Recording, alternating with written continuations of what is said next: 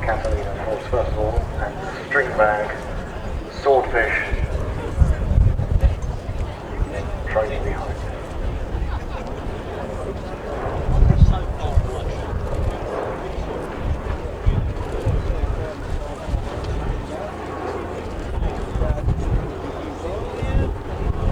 What a fantastic sight this is.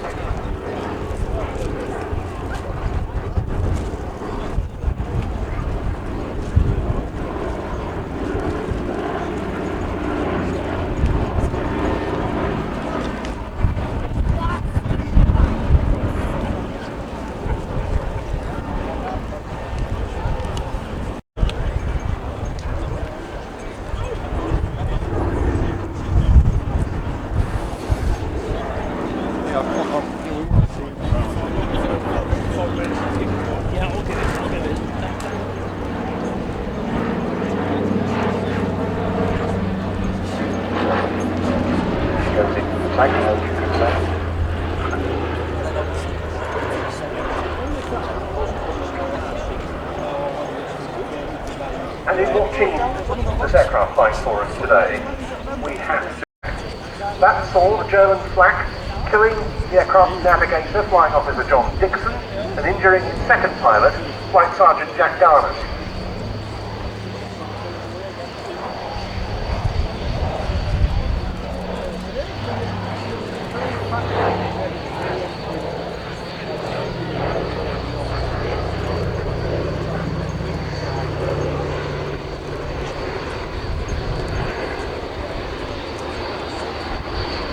That's the Crookshank.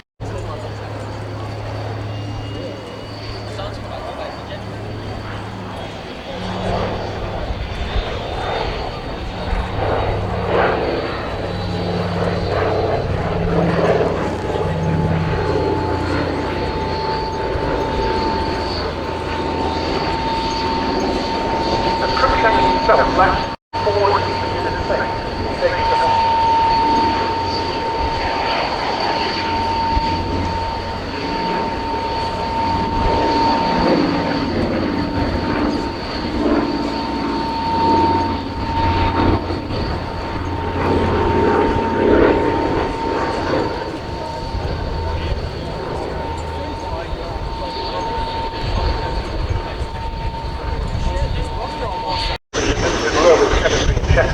Where they later reached on the grave the Crookshank navigator flying Officer John Dixon. And now the Swordfish.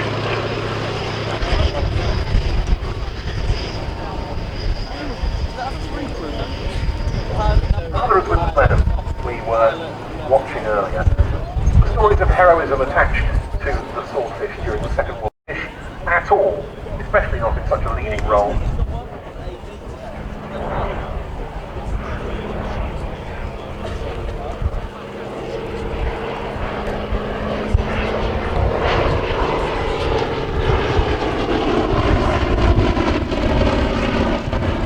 Aircraft that has a cruise speed of just 90 knots, which is 104 miles an hour if delightfully laden.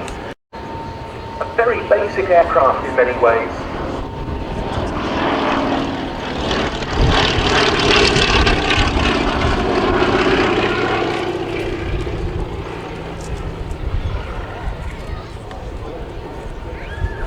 But in spite of that, and as we're seeing here, its flying qualities were in targets, which was a bit of a surprising drawback that was rectified later on the likes of the Tirpitz.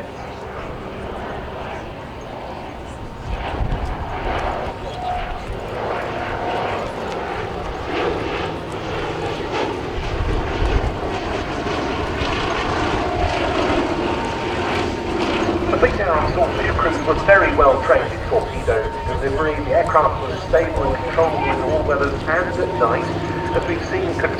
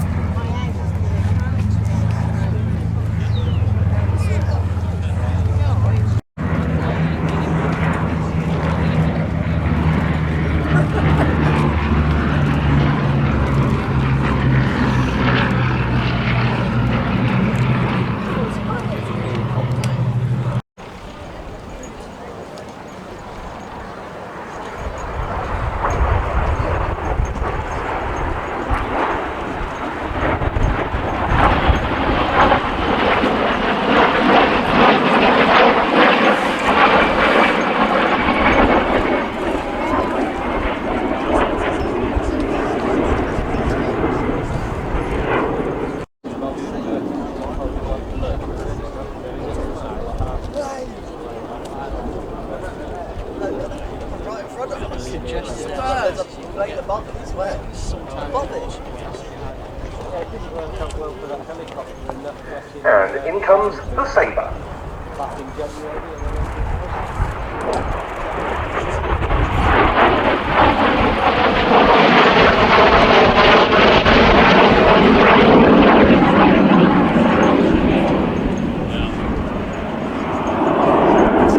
Aircraft this was when it first appeared in the first flight in October 1947. It did suggested that the test pilot in North American aviation, George Welch, broke the sound barrier in the very first F86 prototype, then it was made flight 13 days before Chuck Yeager flew supersonic for the first time in the Blenheim swan. Well, what was the truth of that? For production, F86 Sabre went on to break the outright world airspeed record in September 1948, 70 miles an hour.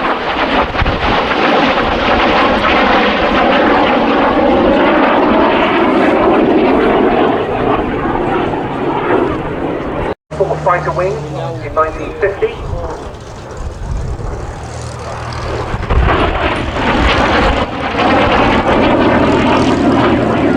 The Sabre went on to play a very important role in the air combat of the Korean conflict. First combat between swept-wing jets was between Sabres and MiG-15s in December 1950. And although the early experience showed that the MiG-15 was superior in terms of its speed, rate of climb and its surface ceiling, the Sabre pilots tended to have greater combat experience, often being Second World War fighter pilots.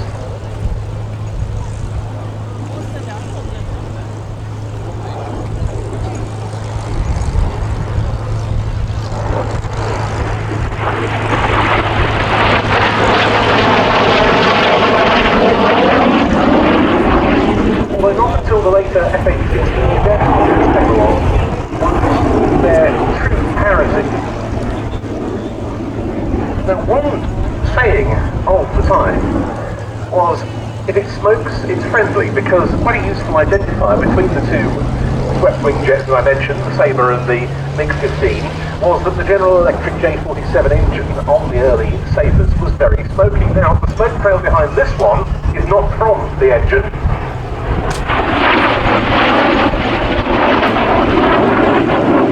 It's actually a smoke generator, because this is a Canadair Sabre, as I mentioned, with the Avro Lancaster engine. One of the key differences, apart from this being a far more modern engine than those that powered the early American-built Sabres, is the fact that it doesn't chuck out such a nasty trail of black smoke.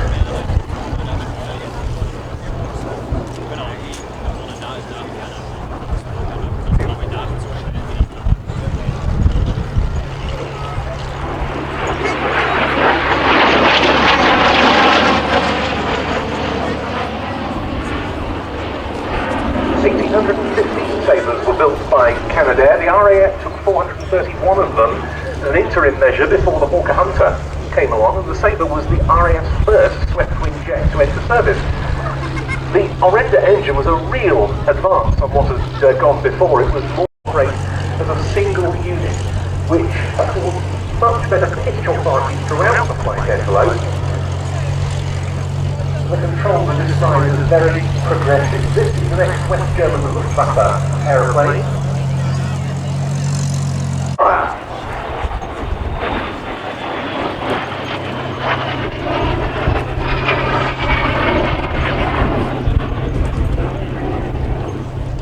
We go back here to a slightly earlier generation of jet, and one where the layout of the airframe was very much unlike the twin-engine Foster Meteor or Messerschmitt Me-262 that fought during the Second World War, though I should say they, of course, never actually fought each other. And in order to minimise loss of thrust from having just a single jet engine, de Havilland chose this twin-boob layout in order to shorten the jet pipe. That engine was developed by Frank Halford, one of de Havilland's engine consultants, as the Halford H1, before it became another of de Havilland's own engine products as the Goblin.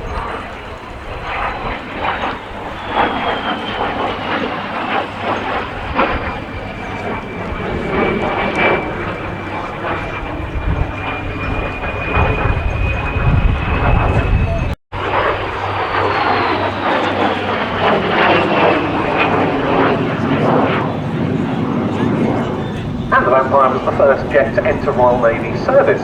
Then fast forward a bit to July 1948, RAF Vampire F3s, stationed at Odeon and led by number 54 Squadron, became the first RAF jets ever to cross the Atlantic, and in fact they were the first jet aircraft ever to cross the Atlantic, just beating a flight of US Air Force Lockheed F86 Shooting Stars. They went on to perform aerobatics at events in North America. This being the RAF's first jet aerobatics team, founded by the Odeon Wing in 1948. They used it trained because of the formation aerobatics.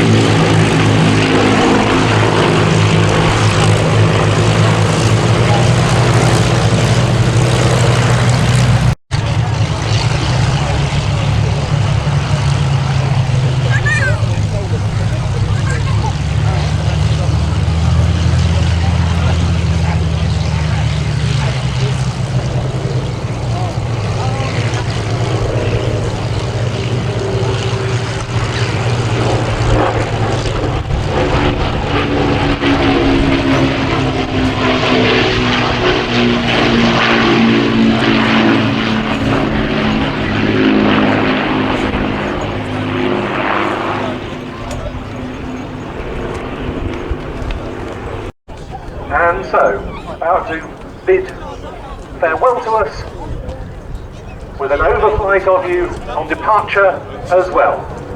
Squadron Leader Paul Wise and his crew in the Battle of Britain Memorial Flight Lancaster.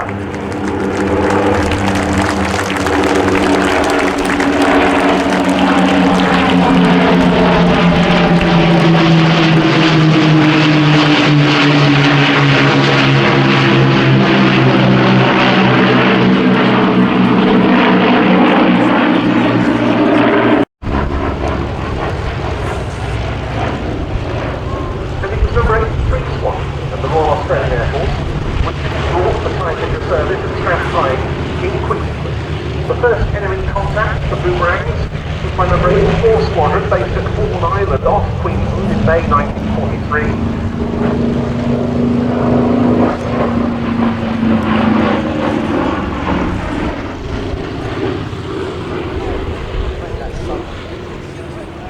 They managed to drive off through the operation aeroplane, which will each troop better fulfill its potential. And in fact, this aeroplane was very successfully used.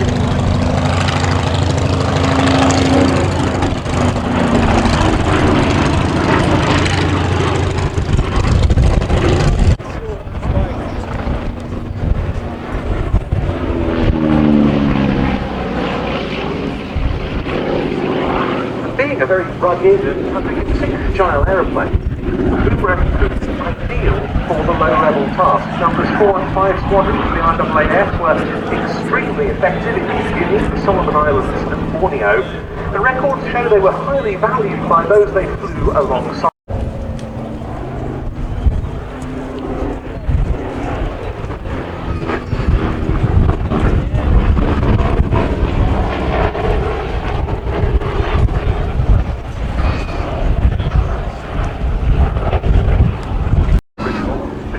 Represented very, very well.